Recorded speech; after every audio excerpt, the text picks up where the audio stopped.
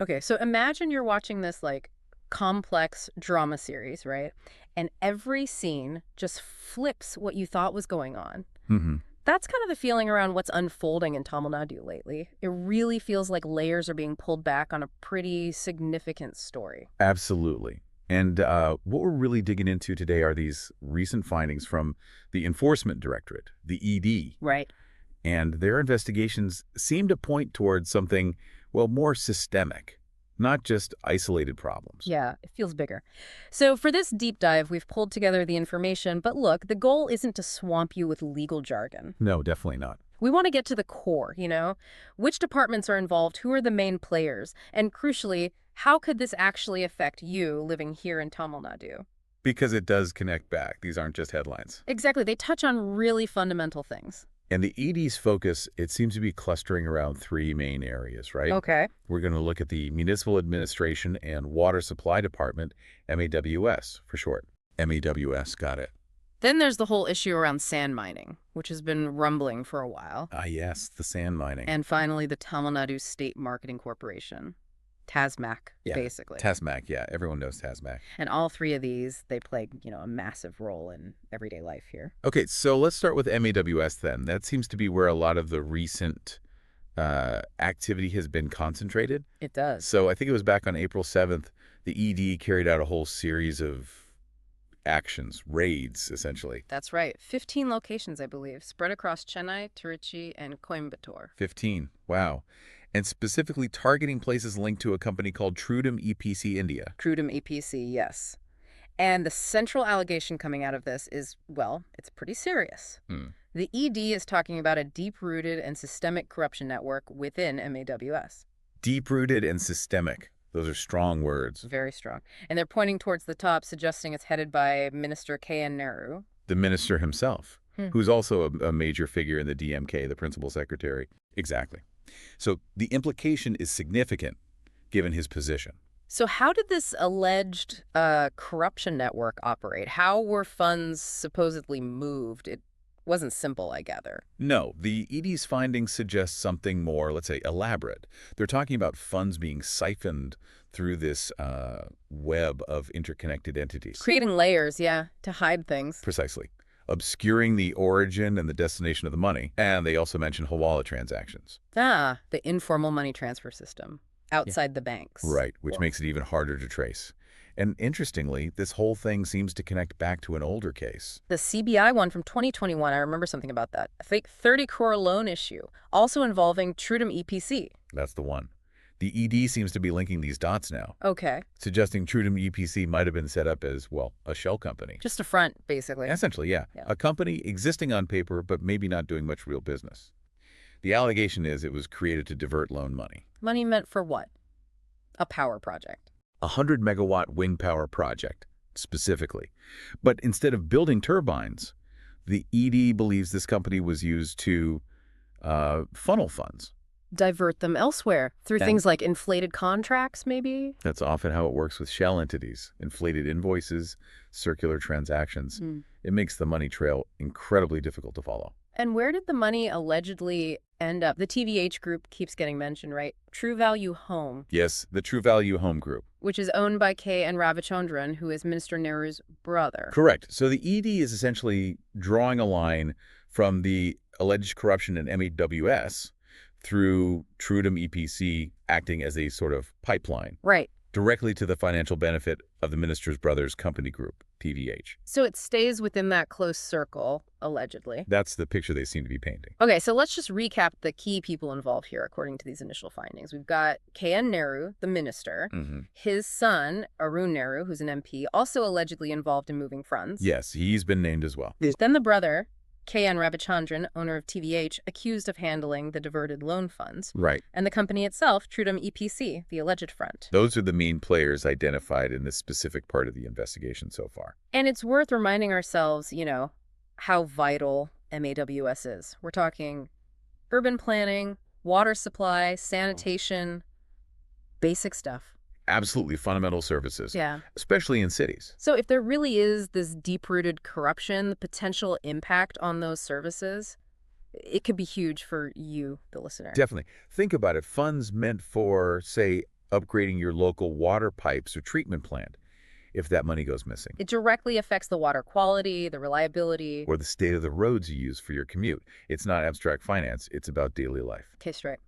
Let's shift gears now to the second major area, the sand mining scandal. This one sounds, frankly, massive in terms of the alleged financial loss. It really does. The ED's investigation looked at illegal sand mining between 2020 and 2023, and they're alleging a loss to the state coffers of, well, get this, Rs 4,000 crore. 4,000 crore. That's staggering. Can you put that into perspective? Oh, just as a rough comparison, that's potentially more than the entire annual budget for, say, certain major infrastructure projects or social welfare schemes. It's a huge amount of potential revenue lost. And how was this supposed to have happened? Not just a bit of extra sand here and there. Oh no, the picture painted is much more organized. Contractors allegedly mining way, way beyond their permitted limits Okay. and using heavy machinery poke lanes, JCBs, which are actually banned for sand mining because of the damage they cause. Banned machinery, too. So flaunting the rules. Apparently, the ED even used GPS data, pinpointing specific unauthorized mining hotspots like Candaneri and Arumpuruthi. So they have location evidence. Yes, showing just how extensive the over-extraction allegedly was. And wasn't there an IIT review that backed this up? There was. That's a crucial piece. An IIT Madras assessment reportedly found that the amount of sand taken out was, well, up to 30 times the permitted volume in some places. 30 times. 30 times. They estimated something like 23.64 lakh units of sand illegally mined. It's almost hard to comprehend that scale. Mind-boggling. So how did they hide the profits from this with that much illegal activity? Well, the ED points to the usual methods for hiding dirty money, basically. Lots of cash changing hands. Untraceable cash. Exactly. And complex layered accounts to muddy the waters. Interestingly, they even found evidence suggesting some of the illegal profits were used to buy the very excavators doing the illegal digging. That's something else. Buying the tools of the crime with the proceeds of the crime. Kind of a perverse feedback loop, isn't it? And it points to a massive failure of oversight, surely, or worse. Well, the information suggests oversight was lacking, at the very least. Reports mention executive engineers, like one named Asokan Mutha, apparently admitting that sand was being sold on the black market for vastly inflated prices, like Rs 30,000 per unit, compared to the official rate of maybe Rs at 2,600. Wow, that difference is huge. That's where the illicit profit is. It strongly implies a massive, uncontrolled illegal market running parallel to the legal one. And the damage isn't just financial, is it? This kind of illegal sand mining wreaks havoc on the environment. Absolutely devastating. Taking too much sand from riverbeds destroys the river's structure. It causes erosion, changes water flow, harms It ecosystem, affects groundwater. lowers groundwater levels, yes, Yeah. which hits nearby farmland hard. So it impacts farmers, potentially impacts food production, and could even trickle down to the prices you pay for groceries. So real environmental and economic consequences for everyone. Definitely. It's interconnected. Okay, so MAWS, sand mining. Now let's look at TASMAC, the Tamil Nadu State Marketing Corporation. Huge revenue source for the state selling alcohol. The ED raided them back in March, too. Yes, March this year. Actions across multiple districts related to TASMAC operations. And the alleged scale here. The figure being talked about is around Sawar's 1,000 crore in irregularity. Another huge number. Indeed. And the ED said they seized incriminating documents, which predictably caused quite a stir politically. Yeah, I remember the protests. BJP leaders like K.N. were detained. That's right. Meanwhile, the DMK government has pushed back hard. They deny any wrongdoing. They pointed to their online bartender recruitment, didn't they, as proof of transparency? They did. They maintain their processes are clean. But obviously the ED's investigation and the opposition's noise suggest, well, conflicting views. And the key thing with TASMAC, as you said, is the revenue it generates for the state. It's massive. That money is supposed to fund public services, schools, hospitals, infrastructure projects. So if there's corruption or mismanagement siphoning off, say, hundreds of crores from TASMAC, Then that's less money available for those essential services that you rely on. Your local school budget might be tighter, or hospital resources stretched thinner. It has a direct knock-on effect. right. So across these three big areas, MAWS, sand mining, TASMAC, we're seeing these allegations of really significant financial issues, potential systemic corruption, and you can't really talk about this without considering the wider political climate in Tamil Nadu. Impossible to separate them, really. The DMK government came to power in 2021, and they're definitely feeling the heat from the opposition, both the BJP and the AIADMK. We've had strong words from national figures like Amit Shah directly accusing the DMK of corruption. Yes, and that came around the same time the BJP and AIEDMK confirmed their alliance for the 2026 state elections. Adds a political edge, doesn't it? Absolutely. And you have AIADMK leaders like Edapati Palaniswamy accusing the DMK of shielding ministers facing these allegations. And the DMK's response, they tend to frame it as politically motivated attacks, right? Using central agencies like the ED. That's been their consistent line, that the BJP-led center is using these agencies to pressure states run by other parties. We've also heard criticism about the state's finances more broadly. K.N., for instance, raising concerns about the rising state debt. Yes, the debt is projected to hit something like 9.29 lakh crore by March 2026. He's also pointed to alleged wasteful spending. Which is interesting because Tamil Nadu's economy has actually been doing pretty well, hasn't it? Strong growth figures. That's the paradox, isn't it? The state has shown impressive economic growth, about 9.69% real growth last year, a GSDP of over 17 lakh crore. It's one of India's top-performing state economies. Driven by various sectors. Professional services, IT, manufacturing. And the growth isn't just Chennai. It's spread out to places like Coimbatore, Madurai, too. But that growth is happening alongside the significant state debt you mentioned. Exactly. While the debt-to-GSDP ratio is apparently still within the limits set by the Finance Commission, it's substantial. And when you couple that debt with these major corruption allegations, it raises serious questions about fiscal management. Right. The state's finance minister, Thangam Thanarasu, he argues that things like the GST structure and delayed fund releases from the center put pressure on state finances. And that's the state government's perspective, yes. They also point to big necessary investments, like the Chennai Metro Rail expansion, which costs tens of thousands of crores. So there's this tension. Growth on one hand, financial strain, and these corruption allegations on the other. Precisely. Yeah. And the big risk is that these ongoing investigations and allegations could really dent investor confidence. Which Tamil Nadu needs, right? Especially with ambitions like becoming a $1 trillion economy. Absolutely. Maintaining that growth trajectory requires investment, and investment requires trust in governance and financial stability. These scandals could potentially undermine that. Okay, so let's bring it right back to the listener. Why should someone just going about their daily life in Tamil Nadu care deeply about all this? It can feel very high level, very political. But it's not, really. It's fundamentally about how public money, your money, essentially is being used. Right. When funds are allegedly diverted from MakeUp-US, like we discussed, that can mean poorer roads for you to drive on, less reliable water supply in your home, maybe less effective city planning where you live. It's tangible. And the sand mining. Beyond the environmental harm, which is serious, it can affect farming, potentially leading to higher food prices that you pay at the market. And TASMAC. If that revenue stream is leaky because of alleged corruption, there's less money for the schools your kids might attend or local government hospital you might need.